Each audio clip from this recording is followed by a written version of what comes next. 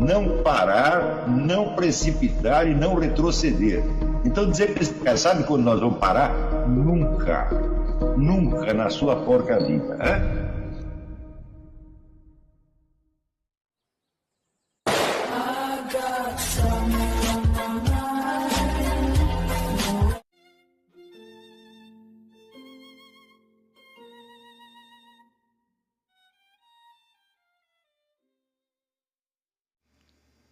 E aí pessoal, tranquilo?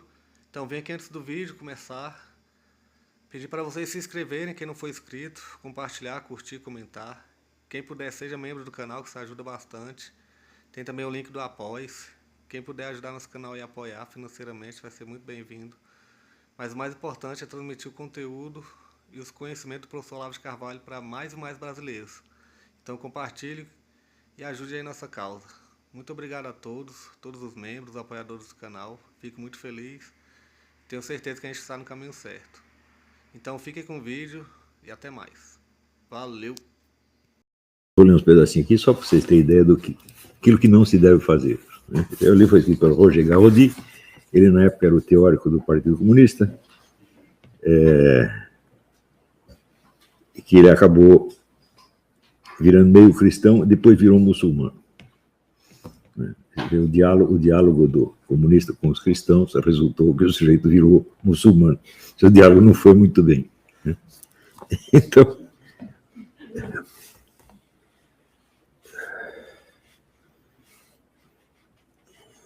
um minutinho só.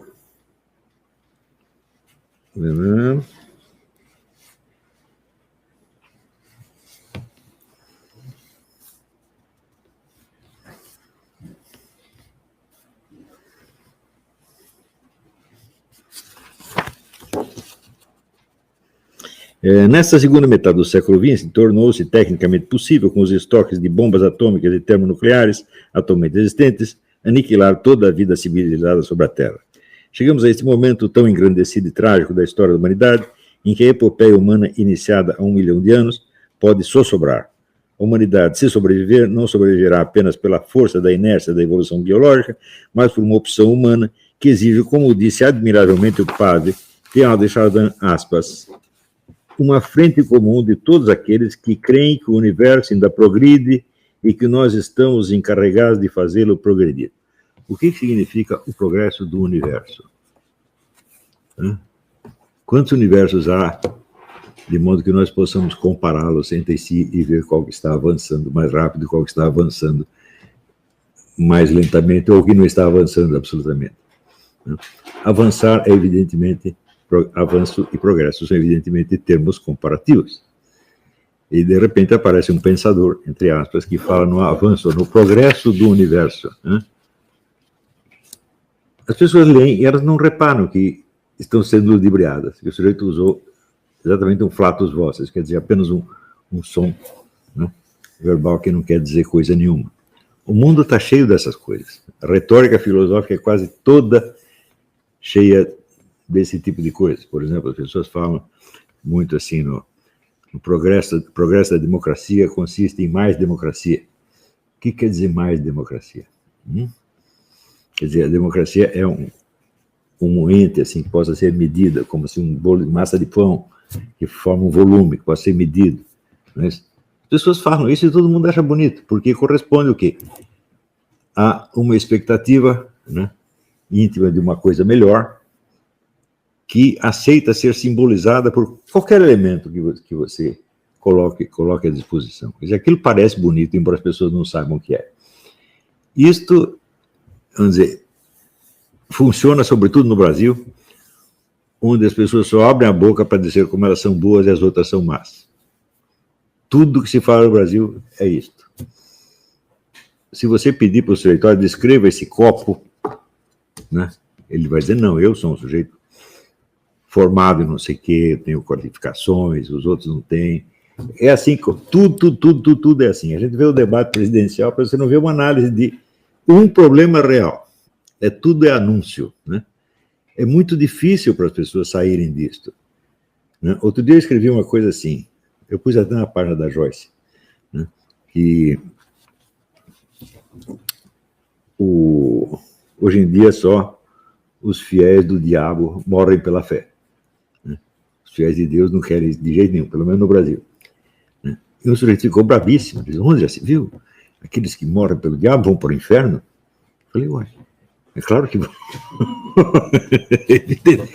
Só que ele quis tomar uma posição e mostrar que ele não é a favor do diabo. Eu digo, mas para que você precisa mostrar que você não é a favor do diabo? Nem o diabo é a favor do diabo. Mas essa necessidade de mostrar que você é bom e que o outro é mau, que você está do lado certo, isso aí perverte o brasileiro até o fundo da alma. Então, tudo que eu estou fazendo, todos esses cursos que eu dou, tanto o curso regular quanto esses cursos presenciais, eles tentam restaurar um pouco no brasileiro a dignidade da inteligência humana, que evidentemente não tem por que perder tempo com essas demonstrações de bondade, não é isso? Então, esse texto aqui, eu escrevi com o propósito de iniciar um estudo sobre o simbolismo, porque eu via, em tudo que eu estudei sobre o simbolismo, eu li muita coisa a respeito. Eu vi que havia 3 teorias do símbolo, basicamente, né? Ou 3 explicações do símbolo.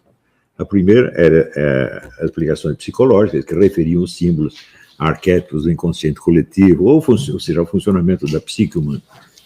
E havia as explicações sociológicas ou etnológicas, que referiam o símbolo a uma determinada cultura.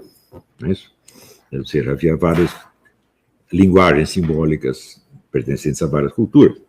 E havia as teorias esotéricas ou tradicionalistas, como a do René Guénon, Fritjof Schuon, Julius Ever, etc., que referiam o símbolo a uma fonte sobrenatural, ou supra-humana. Eu digo, tudo isso está muito bonito, mas vocês não me disseram o que é um símbolo. Né? Vocês só me disseram de onde vem, ou de onde vocês acham que vem. Eu digo, como é possível que pessoas tão inteligentes, alguns das maiores inteligências do planeta, confundam a pergunta o que é com a pergunta qual é a causa? Então, isso aqui, o que é? Isso é desordem mental. Você respondeu uma pergunta achando que está respondendo outra. Tá certo?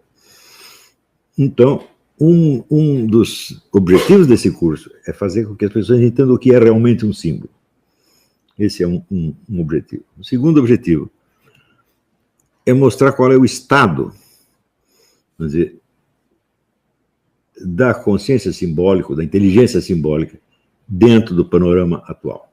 Sobretudo dentro das esferas religiosas ou interessadas no debate religioso. Então, este é o objetivo e espero que nós consigamos realizá-lo. Mas isso vai ter vários outros proveitos que vocês vão perceber depois. Né? O símbolo é, como dizia a Suzanne Langer, a grande filósofa americana, o símbolo é uma matriz de intelecções. Isso não é uma definição, ela está dando apenas uma propriedade do símbolo. Né? Ou seja, quando você toma consciência de um símbolo, ele, de certo modo, ele estimula várias percepções ou várias intelecções em você. Ou seja, ele não está te ensinando nada, mas está te dando a oportunidade de aprender. Né? Então, é um elemento, por assim dizer, hormonal, né, da inteligência. E, portanto, qualquer estudo a respeito do simbolismo deve exercer uma influência benéfica sobre a inteligência, ainda que você não esteja muito interessado no assunto simbolismo enquanto tal. Muito bem. Nós vamos entrar no assunto de uma maneira que parece um pouco lateral, parece não ter nada a ver com o assunto, mas é o próprio miolo da matéria. Eu vou ler aqui esse texto e comentá-lo. Né? Então, cada termo significa uma constelação de intenções atualizáveis. Intenção no sentido que Edmund Husserl usava essa palavra. Né? Ele diz, toda consciência é consciência de alguma coisa, né? E ele chamava de intenção esta referência do nosso pensamento a algo. Né? Quando você pensa em algo, você não está pensando no vazio, pensando no nada, existe algo que você pensa, ou você pensa, sei lá, num elefante, numa xícara de café, numa ação da Bolsa de Valores, num discurso presidencial, é alguma coisa que você está pensando. Então, isso é que ele chamava de intenção, esta referência. A consciência sempre se dirige a algo, aponta para algo. E na nossa linguagem é exatamente a mesma coisa. Cada termo, cada palavra que você usa, ela não indica uma coisa, ela tem uma constelação de intenções possíveis. Por quê? Toda palavra tem muito significado. E além do significado, isso é, as outras palavras que podem corresponder a ela no dicionário, e você vê que às vezes um verbete adicional leva várias partes, aqui tem uma palavra, aqui tem uma lista de tudo que ela pode significar. Além, quer dizer, dessas intenções verbais, existem os objetos às quais essas intenções verbais correspondem, e se fosse fazer a lista não acabaria mais. Isso quer dizer que nunca a comunicação é feita na base assim de um signo, um significado. Isso não existe, né? Então sempre você tem não só uma constelação de significados possíveis, isso é, o significado é uma outra palavra que esclarece o sentido da primeira palavra, né? Ou seja, além dos significados, você tem uma multidão de referentes. Referentes são o quê? Os objetos aqui, né? Por exemplo, eu digo a palavra elefante, isso aqui significa o quê? Um animal assim, assim, assim. Esse é o significado verbal dela. E o que é o referente? É o próprio elefante, né? Pode ser um elefante, todos os elefantes, uma parte dos elefantes, e assim por diante, né? Então, nós estamos falando o tempo todo, usando palavras que nós imaginamos que significam coisas, mas elas significam muitas coisas, na verdade, né? E, quando nós estamos falando, nós nunca temos que tornar presentes à nossa consciência todos esses significados, todos esses referentes possíveis. Isso nunca acontece. Isso quer dizer que tudo aquilo que nós falamos contém referentes possíveis. Então, se é assim, você pode me perguntar, então como é que nós nos entendemos? Se cada palavra que você usa pode querer dizer 1000 coisas, e eu, quando ouço, também posso aí me recordar de 1000 coisas diferentes, como é que eu entendo o que você está falando? Então, este fenômeno, vamos dizer, da funcionalidade da linguagem humana, esse, para mim, é o ponto de partida do estudo do simbolismo. Ou seja, nós entendemos muita coisa que nós não temos a menor ideia de como entendemos, né? Então, vou prosseguir aqui. No curso habitual do pensamento, essas intenções permanecem latentes e em germe, como que comprimidas no invólucro do termo. Ou seja, eu ouço você dizer a palavra, eu sei que você pode estar se referindo a várias coisas diferentes, eu também estou me referindo a várias coisas diferentes, mas de algum modo eu acerto, eu tenho uma ideia do que você está querendo dizer, né? Não as atualizamos, quer dizer, não atualizamos essas intenções, senão quando temos algum motivo especial para fazê-lo. Uma pergunta, uma dúvida podem convidar-nos ou obrigar-nos a desdobrar as significações que supomos carregar em algum canto obscuro do nosso interior. Por exemplo, o que eu fiz agora mesmo com este indivíduo, Roger Garaudy, citando Teilhard de Chardin, né? Ele disse progresso do universo. Eu me perguntei, mas que raio de coisa é essa? No que ele poderia estar pensando quando ele diz progresso do universo? E a resposta, no caso, é a seguinte: ele não estava pensando em absolutamente nada. Ele estava apenas usando uma palavra que lhe pareceu bonita, né? Porque, por mais que você esprema essa expressão, progresso do universo, ela não pode corresponder a nada em toda a esfera da experiência humana. Nunca ninguém viu um universo progredir. Isso você pode ter visto, por exemplo, vamos dizer, a fabricação de carros, a gente vê que era progredir. Isso? Os carros ficam melhores, né? Mais velozes, etc, etc, né? Você pode progredir nos estudos. No ano passado você sabia X coisa, agora você sabe X mais 1. Tem várias coisas que podem progredir. Uma empresa pode progredir, ela está ganhando pouco dinheiro, passa a ganhar mais dinheiro. Mas o universo, né? O que é o universo progredir? Ele é aumentar de tamanho, por exemplo? Haver mais estrelas, mais galáxias dentro dele? Será que é isto? É aumento quantitativo? Ou será que ele está funcionando melhor do que no ano passado? Por mais que você esprema, o sujeito que disse isso não vai conseguir lhe explicar a que ele está se referindo. Isso não quer dizer que não haja significado nenhum. Há significados. Tudo isso que eu disse é o significado possível. O que não há é o referente. Não há um objeto a que ele possa estar se referindo. Não é isso? Então,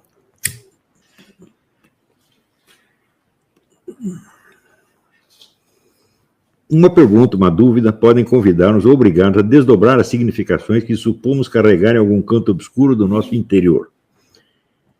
Então, às vezes verificamos que elas não estão lá, foram-se. Ou então a enumeração não vem tão completa quanto esperávamos. Exatamente o que aconteceu, né? Nós esperamos, fomos lá revirar, cadê o referente? Não tem.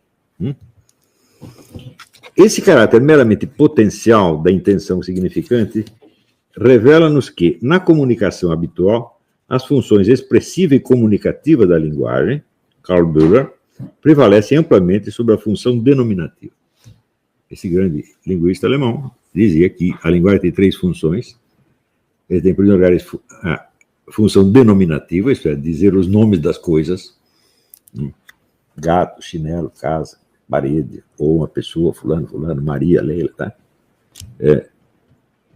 Segundo lugar, a função expressiva, que é o indivíduo tornar visível seu sentimento, seu estado interior, de algum modo. E a terceira é a função comunicativa, ou seja, é você agir sobre a mente do ouvinte. Então, se as significações a que nós estamos nos referindo correspondem, vamos dizer, a referentes inumeráveis e que estão meramente latentes, né, e que às vezes nós nem sabemos quais são, então significa que nós estamos usando a linguagem na clave expressiva ou comunicativa, mas não denominativa, porque nós não estamos falando sobre nada. Estamos expressando o nosso sentimento, o nosso estado, e estamos agindo sobre o ouvinte, mas não estamos falando sobre nada. Né? Se você pegar esta frase que o sujeito usou, a frase do Teilhard de Chardin, o progresso do universo, né? Ele evidentemente está expressando uma coisa dele, ele tem uma expectativa de que tudo no mundo melhore. E ao mesmo tempo ele está agindo sobre o ouvinte, está convidando o ouvinte a participar dessa coisa maravilhosa que é o progresso do universo. Mas o sujeito se sente bem, eu estou no universo, está progredindo. Né? Agora, ele não está falando sobre nada, porque não há nenhum jeito de você saber que raio de coisa é o tal progresso do universo. Entendeu o que eu estou dizendo? É um exemplo muito simples, mas que torna claro para nós um fenômeno geral da linguagem humana. Esse fenômeno é mais intenso em certos meios, menos intenso em outros. Mas se você pegar, por exemplo, o debate público brasileiro, manifesta isso da maneira mais patente. As pessoas expressam os seus sentimentos e elas agem sobre o ouvinte, mas não estão falando sobre objeto nenhum. Se você exprimir o que estão dizendo, eu digo, mas o que é isto?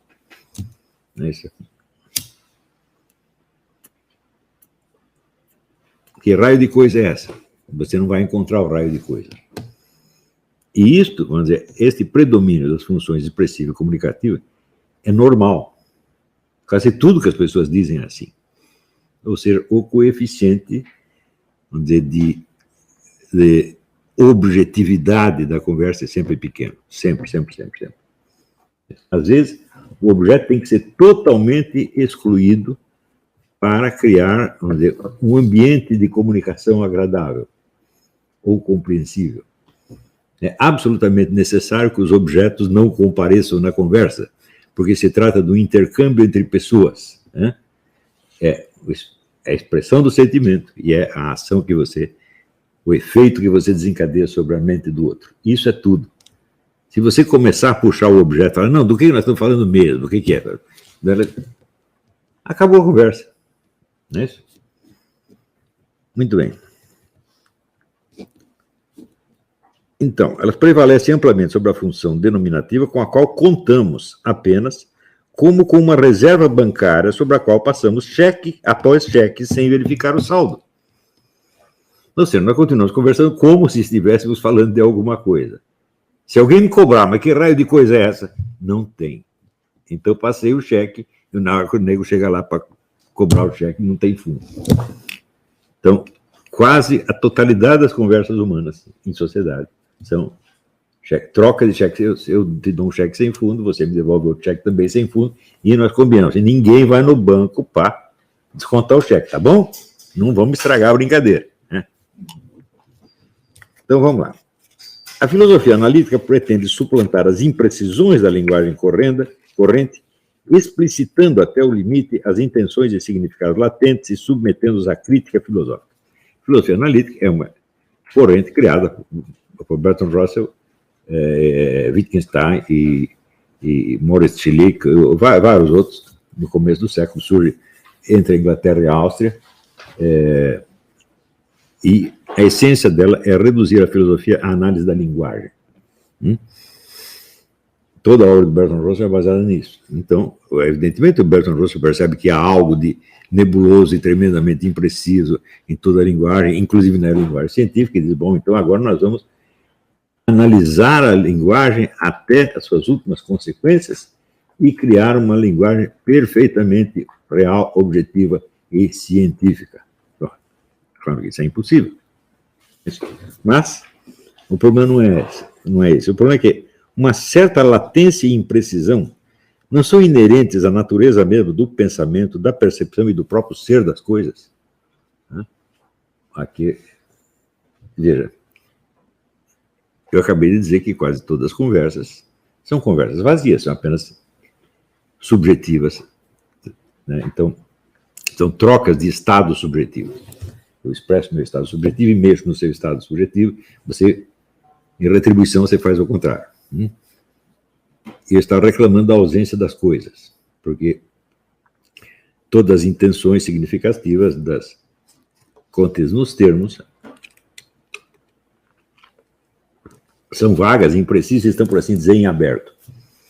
Então, agora estou perguntando, será que, em vez disso, é um defeito da nossa linguagem? Não é a própria natureza das coisas que é assim? E se as coisas mesmas forem também imprecisas? Então, não é a nossa linguagem que está errada ao ser tão vaga e imprecisa, tá certo? Mas o universo é vago e impreciso. Uma explicitação plena de todos os significados só é realizável sob a forma de um sistema ideal de conceitos e juízos. É o que queria fazer a escola analítica. O Russell e seu amigo Whitehead, eles queriam fazer uma espécie de enciclopédia da ciência, universal da ciência, onde todas as terminologias científicas estivessem perfeitamente definidas e não houvesse mais ambiguidade nenhuma. E, bom, para você fazer isso, você tem que fazer uma série de conceitos e juízos. Cada termo se explica num conceito, e você ali coloca uma série de juízos, uma série de afirmações para fundamentar aquilo de algum modo. E esses conceitos e juízos não podem estar soltos, eles têm que se encadear uns nos outros, formar, portanto, um sistema.